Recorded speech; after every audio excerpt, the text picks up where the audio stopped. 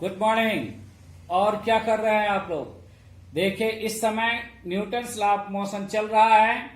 ये Newton's law of motion के पूछे गए क्वेश्चन है नीट एग्जामिनेशन में। तो सभी क्वेश्चन यहां से देखें और एक एक करके इन सभी क्वेश्चंस का सलूशन मैं आपको कराता हूं। कैसे हैं आप सभी लोग? तो चैप्टर चल रहा है आपका Newton's law of motion which is also the backbone of physics. तो आपको काफी ध्यान से चीजों को देखना होगा, सुनना होगा, समझना होगा। अब क्वेश्चन नंबर 9। क्वेश्चन नंबर 9 आपका क्या कह रहा है? 0.01 kg की एक बुलेट है जो 400 मीटर पर सेकेंड के स्पीड से जा रही है और सामने 2 kg का एक ब्लॉक सस्पेंडेड है। इससे कोलिजन करती है। इनिशियली ये केवल सस्पेंडेड है और इसकी वेलोसिटी 0 है। तो जैसे ही बुलेट ब्लॉक से कोलाइड करती है, कोलिजन करती है, ये बुलेट तो निकल के बाहर जाती है हॉरिजॉन्टल डायरेक्शन में ही, लेकिन ये ब्लॉक उछलकर हाइट 10 सेंटीमीटर ऊपर जाता है। तो आपको यह बताना है कोलिजन के बाद बुलेट की वेलोसिटी क्या होगी। तो नेवर माइंड, एक्सप्लोजन हो गया, कोलिजन हो गया, इससे पहले हम लोग, इसलिए सबसे पहले आपको law of conservation of momentum बताया हमने।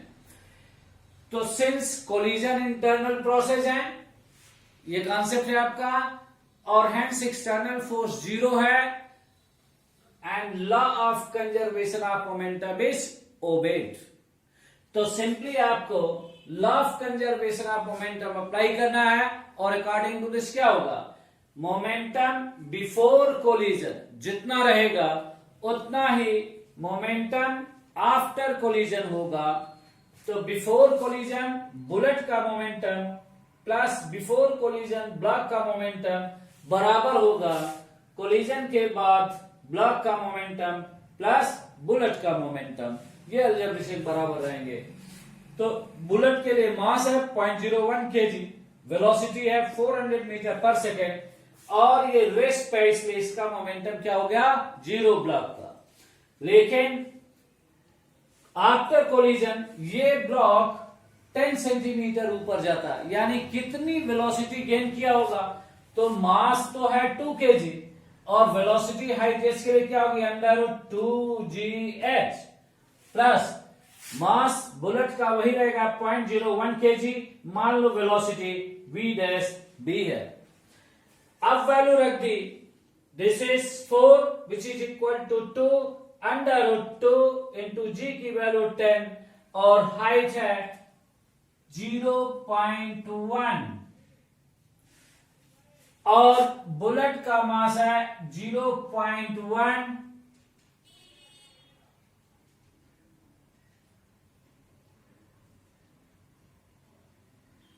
0.01 kg इंटू v'। जब इसे सिंप्लीफाई किया तो बुलेट की velocity after collision 120 metre per second. कहां से क्वेश्चन है ये? Law of conservation of linear momentum. 10वां क्वेश्चन आपको पहले ही कराया जा चुका है, इसलिए सभी देखें क्वेश्चन नंबर 11।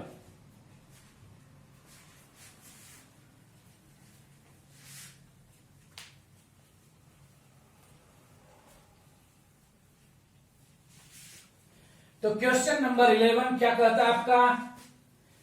कि एक ब्लॉक M1 है जो हॉरिजॉन्टल टेबल पे रखा गया है। इस हॉरिजॉन्टल टेबल के किनारे एक पुली लगी है और M1 को स्ट्रिंग से जोड़कर पुली से होते हुए दूसरे किनारे दूसरा ब्लॉक M2 सस्पेंडेड है। यानी just draw the diagram. This is table और ये ब्लॉक M1 है अटैच विद द स्ट्रिंग, और ये पुली है। यहां दूसरा ब्लॉक अटैच है और इसका मास कितना है? M2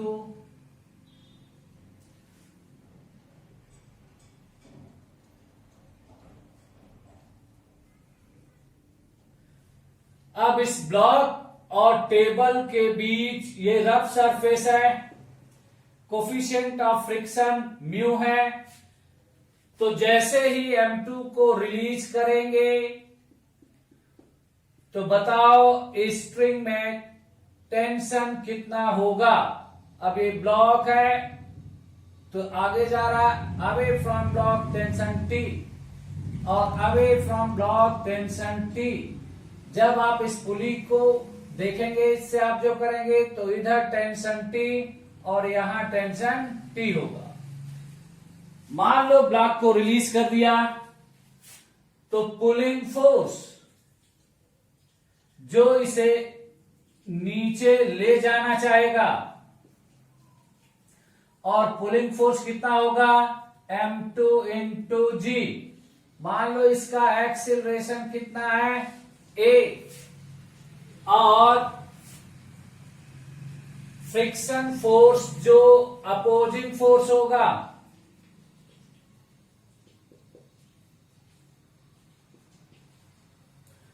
ये कितना होगा F is equal to mu M1 into G। तो यदि आप फर्स्ट ब्लॉक के लिए इक्वेशन ऑफ मोशन बनाएं फॉर फर्स्ट ब्लॉक,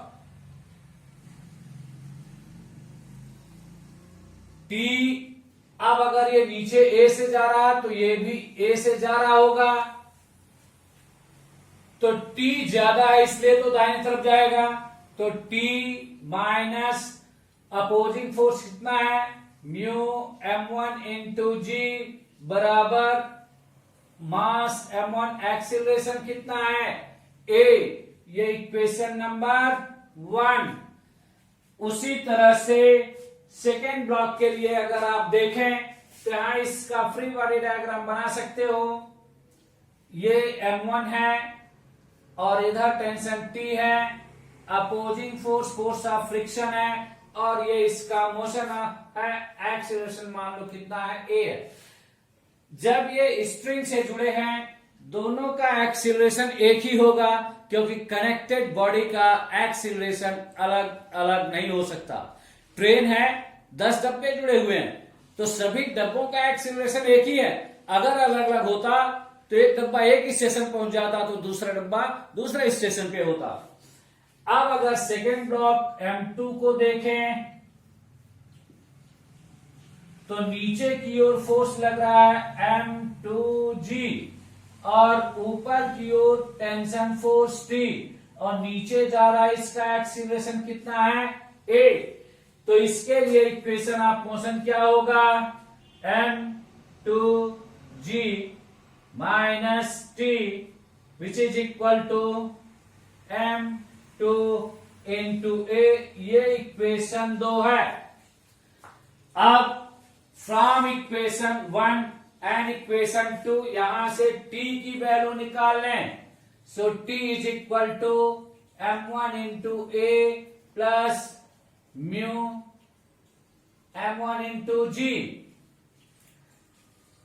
ये तब करते जब आपको एक्सीलरेशन चाहिए हो। आप यहां पे कहोगे तो एक्सीलरेशन A की वैल्यू हो जाएगी T minus mu M1G divided by M1, ये A की वैल्यू होगी।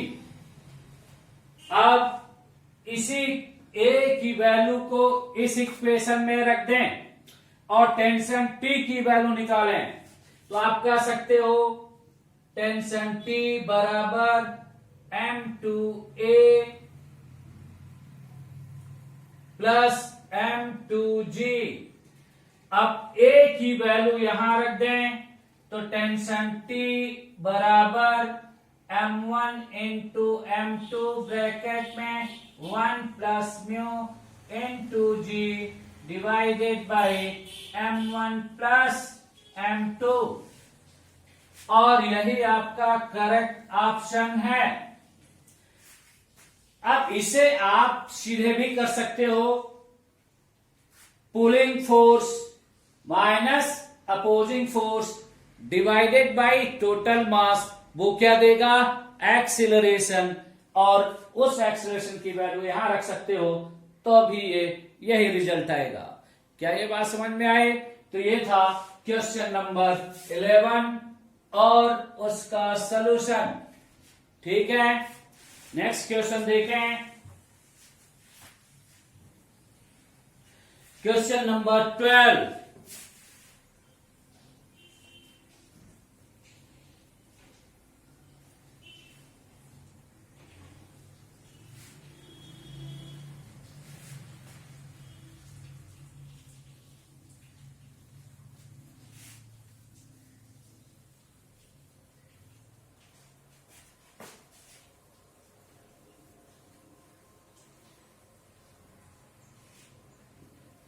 तो क्वेश्चन नंबर 12 आपसे ये कह रहा है कि ये एक इंक्लाइन प्लेन है, उस पर एक ब्लॉक रखा गया है। जब इंक्लाइन प्लेन के इंक्लिनेशन को ग्रेजुअली धीरे धीरे बढ़ाया जाता है, कहने का मतलब ये है, ये इंक्लाइन प्लेन है और इस पर ब्लॉक रखा हुआ है, पर ये कोई एंगल थीटा है नहीं स्लाइड कर रहा। अब आप इसे ग्रेजुअली इंक्रीज करते हो। क्या करते हो? इंक्रीज करते हो। और जैसे ही ये एंगल ऑफ इंक्लिनेशन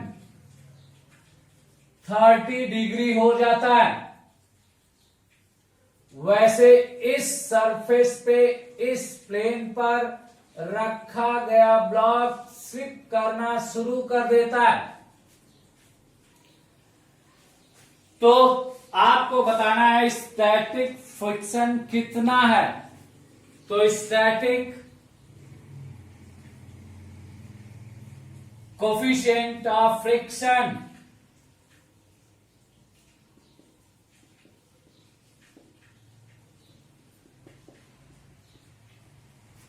म्यू बराबर tan थीटा। और थीटा क्या है? एंगल ऑफ रिपोज, यानी वो मिनिमम एंगल ऑफ इंक्लिनेशन जिस पर ऑब्जेक्ट स्लाइड करना शुरू कर दे, उससे पहले वो रेस्ट में रहेगा, वो एंगल ऑफ रिपोज है।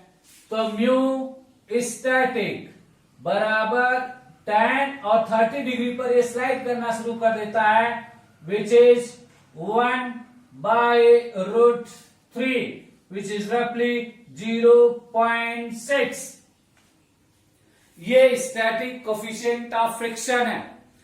अब अगर ये block, if block slides 4 metre in 4 second, ठीक है।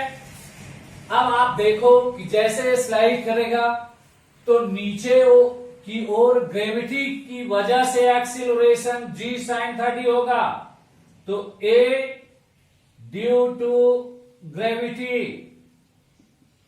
Is equal to g sin 30 degree, इधर होगा g sin 30 डिग्री। बट ये कोफिशिएंट ऑफ फ्रिक्शन म्यू मान लो अगर है काइनेटिक, तो ऊपर की ओर अपोजिट डायरेक्शन में g cos 30 डिग्री, ये अपोजिट डायरेक्शन में एक्सीलरेशन होगा। तो ये नीचे ले जाना चाहेगा, ये रोकना चाहेगा।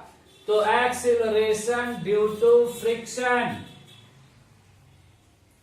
Is equal to g cos 30 degree. इसलिए नेट एक्सीलरेशन बराबर g sin 30 डिग्री माइनस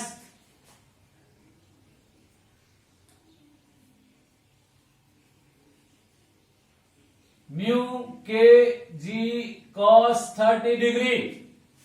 तो mu K g cos 30 degree. ये एक्सेलरेशन हुआ। अब आप जानते हो कि s बराबर ut plus half A T square, और जहां से चल रहा है इसकी इनिशियल वेलोसिटी क्या है, 0 है।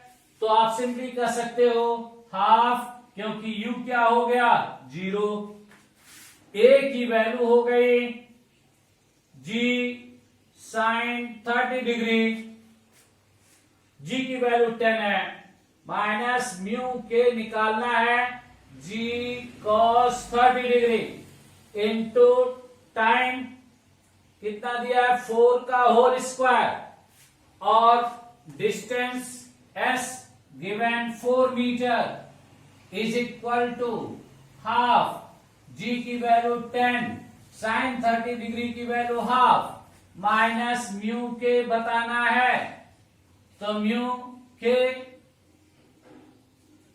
और g की वैल्यू 10 और cos 30 की वैल्यू √3/2 विच इज 4 स्क्वायर।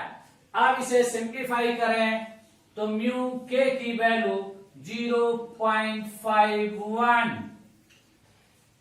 यानी म्यू एस की वैल्यू 0.6, तो म्यू के की वैल्यू 0.51, और यही आपका करेक्ट ऑप्शन है। ये था क्वेश्चन नंबर 12। कुछ बात समझ में आई? यानी एंगल ऑफ रिपोज को पहचानना, उससे स्टैटिक कोफिशिएंट ऑफ फ्रिक्शन निकालना, फिर motion under gravity on inclined plane से ए की वैल्यू डिसाइड करना, और डिस्टेंस से म्यू के की वैल्यू निकालना। ठीक है, तो नेक्स्ट क्वेश्चन देखें सभी।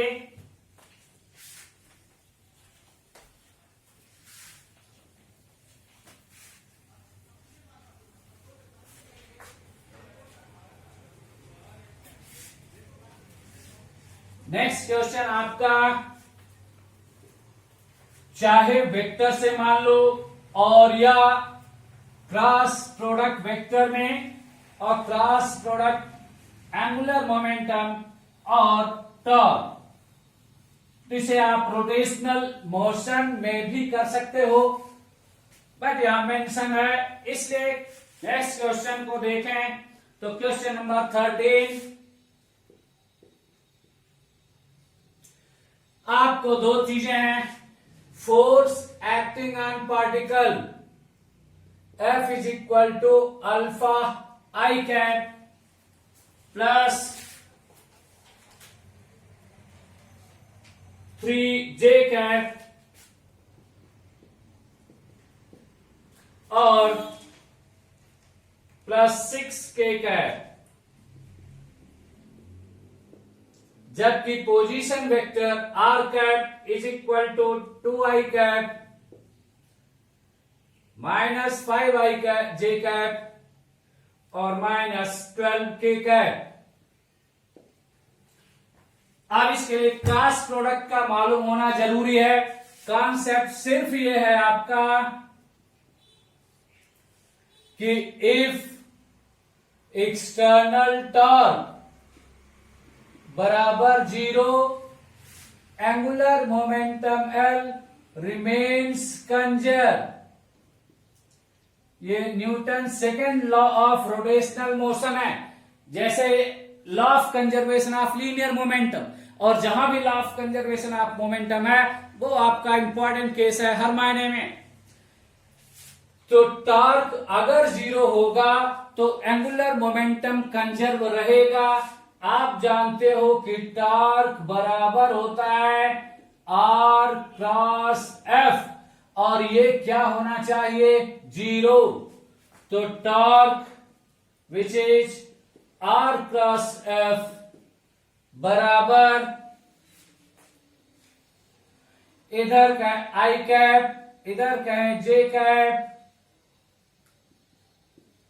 और इधर कहें K कैप। अब R की वैल्यू लिखोगे तो I कैप में 2, J कैप में -5 और K कैप में -12, F में अल्फा एंड 3 एंड 6। अब ये क्या होना चाहिए? 0। तो यहां क्रॉस प्रोडक्ट करें और अल्फा की वैल्यू निकालें, तो अल्फा इज इक्वल टू -1। अगर अल्फा की वैल्यू -1 हो जाए तो क्रॉस प्रोडक्ट से टॉर्क क्या हो जाएगा? 0। और hence angular momentum about origin remains conserve, वो नहीं बदलेगा, इट विल रिमेन सेम। अगर टॉर्क 0 हो जाए तो यही law of conservation of angular momentum है। See the next question.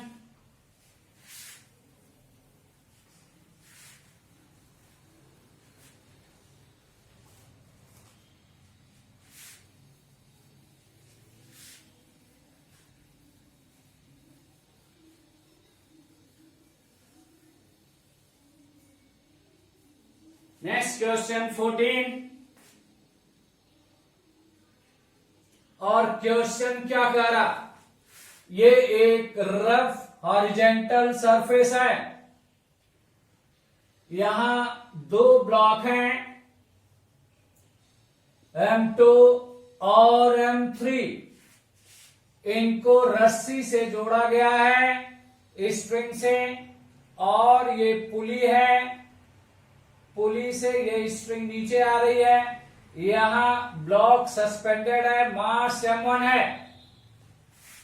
आप इस ब्लॉक से ऊपर की ओर टेंशन T, तो पुली से नीचे की ओर टेंशन T।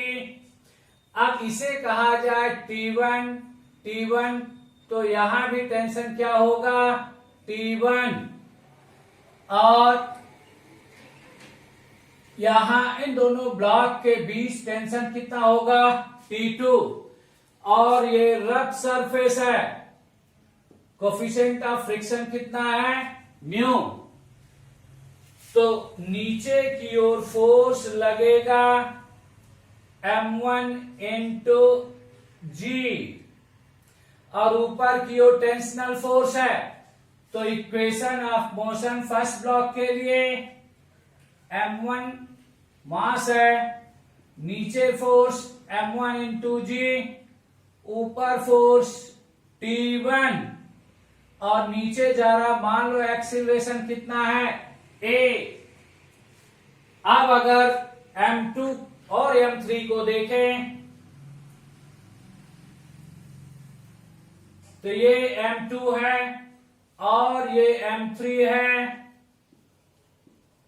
और नीचे इधर पुल कर रहा जो फोर्स है वो T1 है।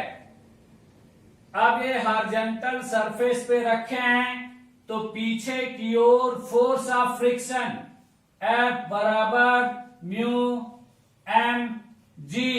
क्यों म्यू एम जी?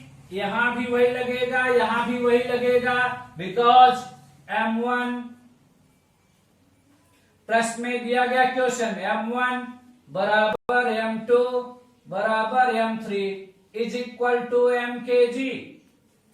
तो आप कह सकते हो P1 minus 2 mu M G is equal to, अब जितना एक्सीलरेशन इसका होगा उतना ही एक्सीलरेशन इसका होगा, क्योंकि ये ब्लॉक पुली से कनेक्टेड है, इनके एक्सीलरेशन डिफरेंट नहीं हो सकते। तो आप रिप्रेजेंट कर सकते हो मास टोटल चलेंगे 3m, m इसका m इसका यानी 3m इंटू एक्सीलरेशन कितना है a। ये ब्लॉक 2 का इक्वेशन है। अब आप यहां से फर्स्ट इक्वेशन से आप निकाल सकते हो इक्वेशन ऑफ मोशन। तो T1 माइनस m इंटू जी बराबर m इंटू ए, इसलिए T1 बराबर m इंटू जी प्लस m इंटू ए।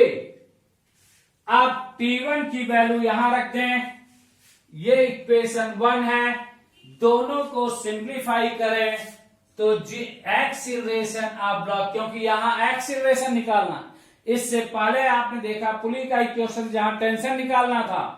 अब अगर एक्सीलरेशन निकालना है तो टी को रिप्लेस करो, और टेंशन निकालना है तो ए को रिप्लेस करो। जब आपने रिप्लेस कर दिया तो एक्सीलरेशन इज g/3 और ब्रैकेट में 1 - 2 म्यू, 1 - 2 म्यू। ये करेक्ट ऑप्शन है ब्लॉक के एक्सीलरेशन का, और यही तीनों का एक्सीलरेशन होगा।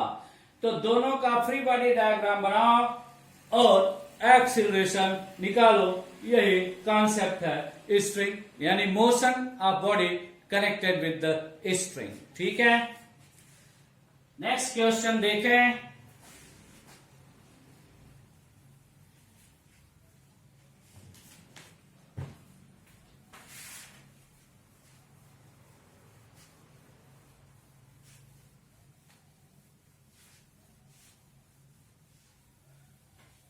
अगला क्वेश्चन, क्वेश्चन नंबर 15।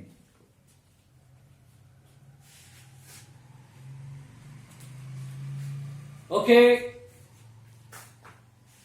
प्लीज देखें, ध्यान से पढ़ें, लेकिन जब तक आप सब्सक्रिप्शन नहीं करोगे, कमेंट नहीं करोगे, हमें कैसे पता चलेगा कहां आपको प्रॉब्लम है।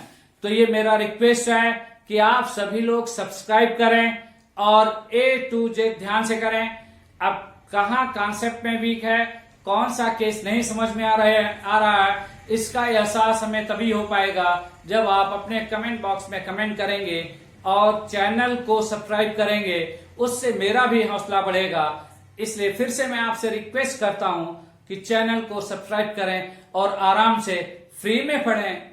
घर में वैसे भी बैठे हैं, ठीक है, इसलिए समय वेस्ट न होने दें और यहाँ जब चाहे तब पीसफुली और आराम से पढ़ सकते हैं। बहुत बहुत धन्यवाद।